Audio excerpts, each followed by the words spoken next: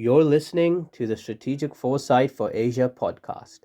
We break down the geostrategic forces shaping Pakistan and the region, delivering foresight and bringing expert analysis and practitioner insights on the trends and choices defining our future.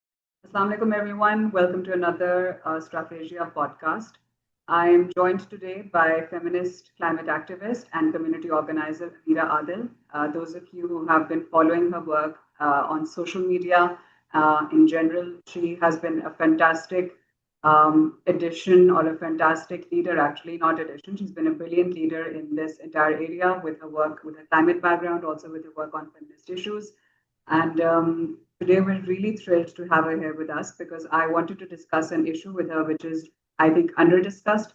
इतना ज़्यादा इसको जो है prioritise शायद नहीं किया जाता हमारी कॉन्वर्सेशंस में एंड मुझे लगता है कि this is something that we really need to talk about essentially it's on the idea of gender mainstreaming in national security policy making. तो हम इसके अर्थ आज हमारी conversation होगी. Ameera, welcome. Thank you so much for taking the time out to join us. Thank you. Thank you for having me. So just sort of starting off with the issue, जैसे मैंने वो policy brief reference किया, but again I think these are all issues जिस पे हम शायद अपनी drawing rooms में, अपनी private conversations में, online में भी हम इसको discuss करते हैं, लेकिन अभी I feel like gender and gender related issues, it is still one of those issues जिनको अभी भी एक non-traditional security issue या non-traditional security threat समझा जाता है. It's really not featured as part of the mainstream conversation when we talk about national security policy making. What are your thoughts on this and why do you suppose that's it?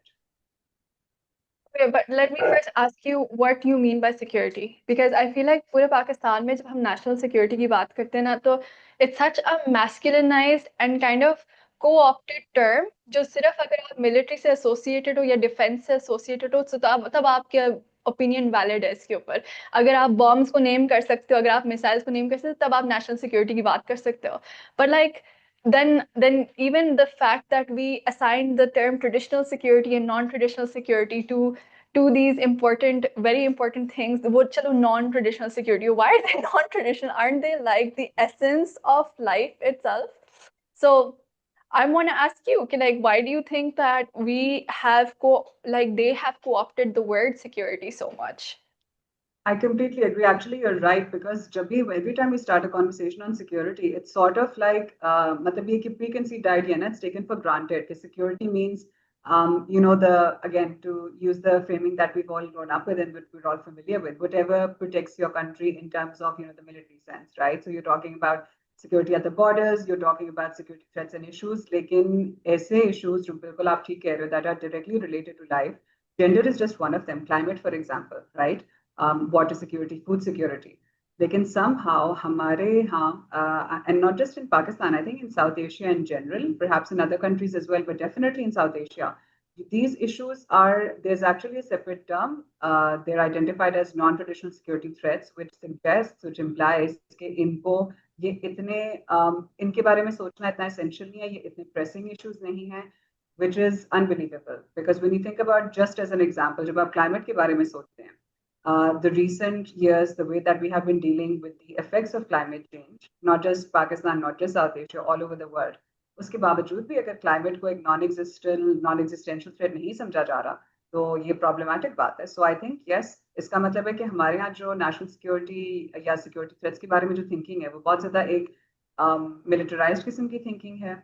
Is it a masculinized, I would say, because yeah, because like even think about the concept of security itself ना, जैसे पाकिस्तान में I grew up in that time 2007 2008 वाले era में, मैं school में high school में थी may be, and सारे स्कूल्स बैरिकेड होने शुरू हो गए थे, आपकी सोशल एक्टिविटीज कम होनी शुरू हो गई थी 2010s के अराउंड जब आपकी टेररिज्म पीक पे थी.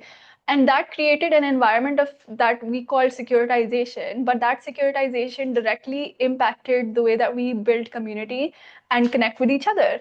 और आपकी securitization की वजह से direct otherness create हो गई थी कि कुछ sects of people या कुछ groups of people, कुछ ethnicities were immediately dangerous now to hang out with or not worth having friends as, or एक आपकी sort of racism reintroduce हो गई थी society में, which I feel like it sucks so much.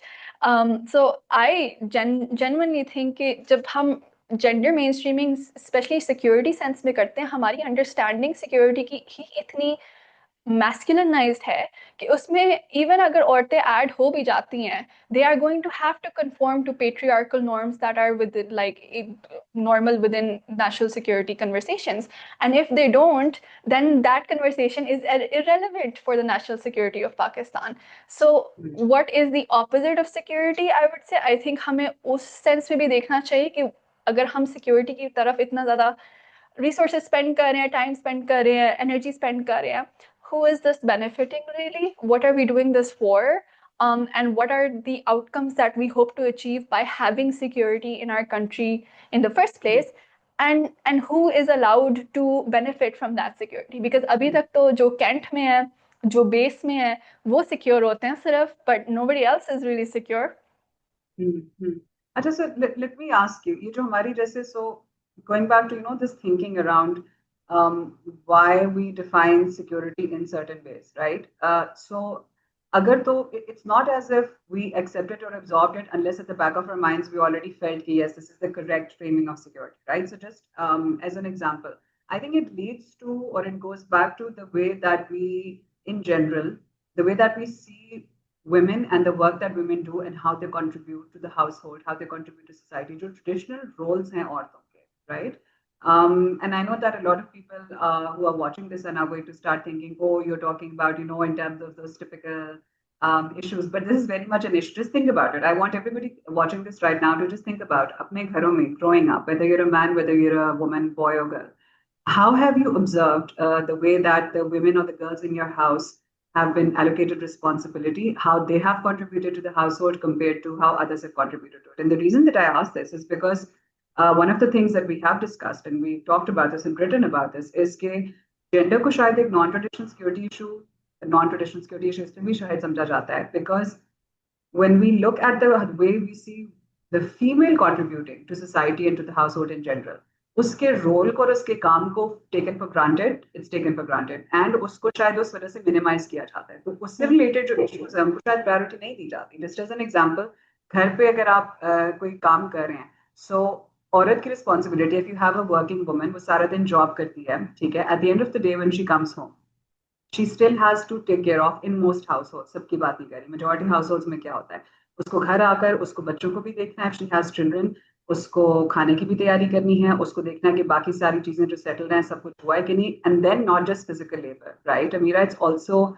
unpaid emotional labor. That's a huge part of it. Why are we not talking about this? Yeah, even if we're aware about this, why is this not considered an issue? Yeah, and in addition to that, how men are literally the primary predators of women. औरतों के लिए सबसे बड़ा danger ही जो है, it's someone that they know who is going to harm them, especially like their partners, especially Pakistan में, where domestic violence is so high in the first place. I think all of this leads back to us having created this environment of certain behaviors being acceptable in terms of masculinity, and certain behaviors being associated with women and not being acceptable, or rather, I wouldn't say not acceptable, but allocated to a certain group of people that is not worth for men to touch, because I'm thinking that even जैसे जो आपके household cleaning के जो काम होते हैं, वो अगर आप किसी और को दे भी देते हैं, कुक को या क्लीनर को या कुछ ऐसे, those people are also not paid a living wage. And like even teaching अगर आप देख लें, या तो औरत खुद अपने बच्चों को पढ़ा रही होती है, या फिर the teachers that are literally over there teaching are not being paid a living wage. So certain roles are just like, when they become feminized, they just don't become worth enough to invest in, to develop, or to support. So I don't know where this comes from, but it does ultimately lead back to patriarchy and how that hierarchical kind of thinking in our brains, where one person is above another person, regardless of gender, right? Because this is all intersectional as well. Okay, a rich person is going to be more privileged and above a poor person, and then certain sects are going to be above other sects, and certain provinces like Punjab gets more resources than other provinces like Balochistan. So it's all hierarchical, and the solution ultimately then also becomes to make things not hierarchical and create community and create circular models of consumption and production. So that's interesting. I agree with you. So this thinking because this leads to something broader, right? So this thinking some other, whatever that other is somehow less than you. Now, this can apply to, like you mentioned very rightly, it applies to, for example, in us, in patriarchal societies, especially across the world, how the majority of men see the majority of women, lesser beings who have lesser right to education, lesser right to independence, lesser right to making their own decisions, lesser right to freedom, etc., etc., etc. Then it also applies, the same thinking applies to how we see and treat animals. Animals are lesser than us, right? I mean, it's all very well to take this. You have people who love animals, pet lovers, etc., who are kind to animals. But when you look at the absolute majority, animals की rights की और उनकी ज़रूरियात और उनकी needs की जो priority है, वो बहरहाल इंसान के level पे majority of the people, without even realizing it, नहीं समझते. I would say the same argument also travels across borders and across on a different level in international relations. You look at countries that behave unilaterally, treating other countries a certain way. इसमें आप चाहे colonization की बात कर लें, चाहे आप present day की आप बात कर लें, whether you talk about the way that the global north treats the majority of the global south, इसमें racism और वो सारी conversation जैसे आपने mention किया वो भी आ जाती है. There are some lives or there are some beings or there are certain sections of society within your community, within your country, regionally, globally, that are less than or that deserve to be treated less than. तो ये जो thinking है ये मतलब is there even a way to I mean acknowledging it is one thing. मुझे लगता है अभी तक इसकी शायद कॉन्शियसनेस नहीं है दुनिया में, और अगर कॉन्शियसनेस है भी तो इसको किस तरह से is it possible to bring it into mainstream conversation in such a way. इसको हम actually from a national security and from a global security perspective हम इसको देखें. मतलब क्या इसको इवन पॉसिबल है ऐसी थिंकिंग को एक लेजिस्लेटिव अप्रोच की तरफ लेकर आना? Do you think is that even possible? No, absolutely not. I think there's examples of it as well. जैसे अगर आपने non-human जो species की बात की, Project SETI is such an amazing example of it is the first mapping of a non-human language. तो वो लोग sperm whale की alphabet को उन्होंने map किया है, and they found that they have Morse code type language, clicks से वो बात करते हैं, communicate करते हैं. And then in 2024 or 2025, they also had a 30-minute conversation with a sperm whale where they were using that alphabet to send sort of a greeting signal, and then the sperm whale responded. And this kind of data and information and technology and epistemology also helps us kind of understand the consciousness of these creatures, and then help this convert into legislation to protect these animals, non-human species. But on the broader aspect, I mean, there's always going to be people like this and people like you and me who are constantly trying to make the world a better place. But the current system, it does not allow people to think beyond the squares that we've been born in, especially since anyone who has the money and the resources is constantly using media and marketing and manipulation tactics and propaganda to enforce their own kind of beliefs. For example, climate action ka hi dekh lein. So I'm sure that you know about the 89% project, right? So for those who don't, like the 89% project is basically 89% of the world's population wants their governments to take greater climate action. And you wouldn't think that that's the case from looking at media and everything that's going on. Even looking at academics and the work that's exactly. Yeah. Exactly. And then that hierarchy that you were talking about, that comes in different forms as well. I think it also comes in the form of epistemology and the kind of I would say theories or knowledge bases that are seemed acceptable as citing, as studying, and then those that are considered like woo-woo knowledge or indigenous knowledge that isn't like rooted in science or grounded in fact.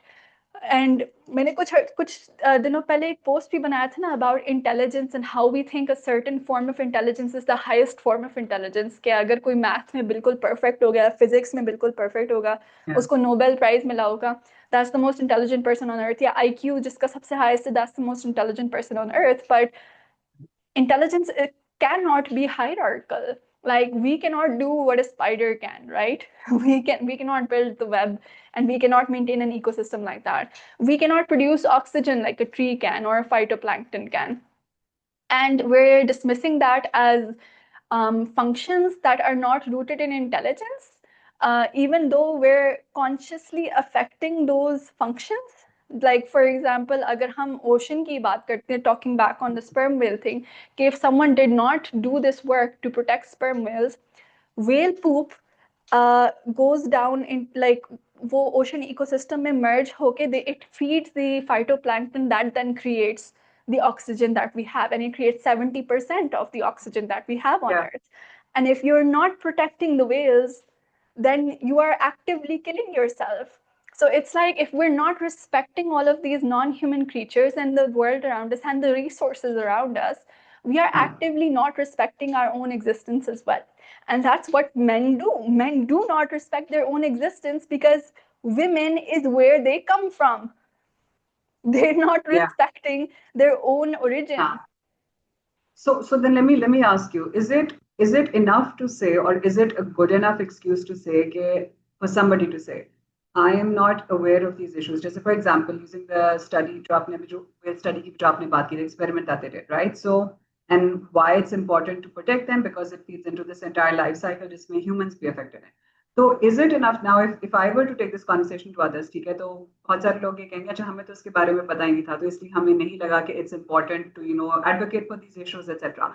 In today's day and age, where you have social media, where where you have AI, information itni readily available hai, is it a good enough reason, or is it a good enough excuse to say मुझे इसके बारे में नहीं पता था, right? पता चला तो मैंने इस पे काम करना शुरू किया, मैंने इसके बारे में सोचना शुरू किया, मैंने इसके बारे में रिसर्च करना शुरू की, एडवोकेट करना शुरू किया.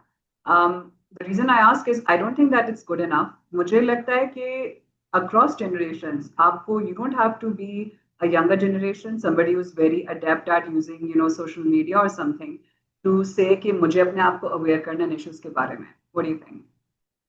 No, absolutely. And I think that it's like a little embarrassing as well, because it speaks to your privilege and how removed you are from the oppression that's happening to other people. And it really speaks to that. Like someone sitting in Gaza, or someone sitting in Balochistan, or someone sitting in Sudan or Congo or anything, any of these really politically charged places, they do not have the capacity to say, to be not political.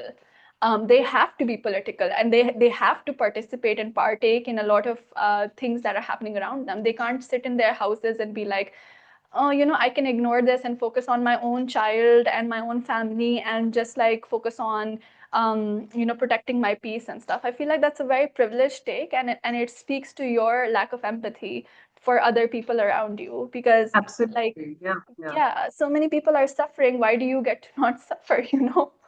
Exactly right. I mean, you scroll down on your Instagram feed, or उस पे Gaza की कोई आपके पास video आती है, you like it, you retweet it, you comment on it, and then you move on. That's not sufficient anymore, is it? It's certainly not an excuse.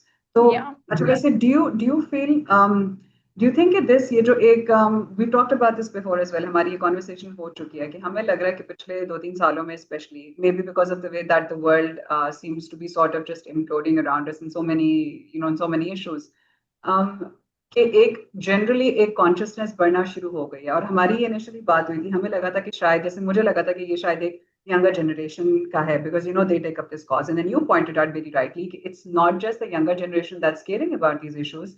This issue is now being picked up by my generation, by the generation before me, by other generations as well. So it's sort of like a global wave of consciousness. अच्छा, उस चीज को present में साथ रखते हुए then मुझे ये लगता है कि I think I do deposit a lot of hope in the younger generation, because मुझे लगता है कि बहुत सारे लोग कहते हैं कि शायद जो Gen Z है या जो आगे Gen Alpha, कि ये लोग को इनमें empathy बहुत ज़्यादा है. मुझे लेकिन लगता है, from my observation as an educator also, I see it in my classroom and I see it in other places as well, मुझे लगता है कि शायद ये generation ज़्यादा active, ज़्यादा empathetic है जिस तरह से हमें होना चाहिए. I feel like the older generations are much more jaded when it comes to these issues. What's your experience? Absolutely, I agree with you. But I think that the reason that they feel apathetic to some people is they don't interact with people who they think will not get it. It's a waste of time.